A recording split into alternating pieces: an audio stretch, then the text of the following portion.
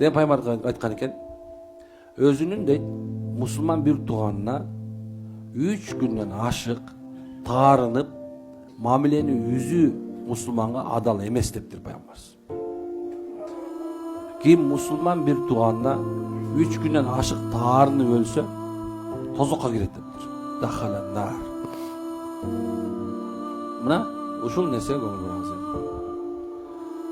Биздегилердин көпчүлүктөрү bir болбогон bir теше, bir кичинекей балка үчүн өлгөнгө чейин бири-бирине чейин кирбей калгандар бар.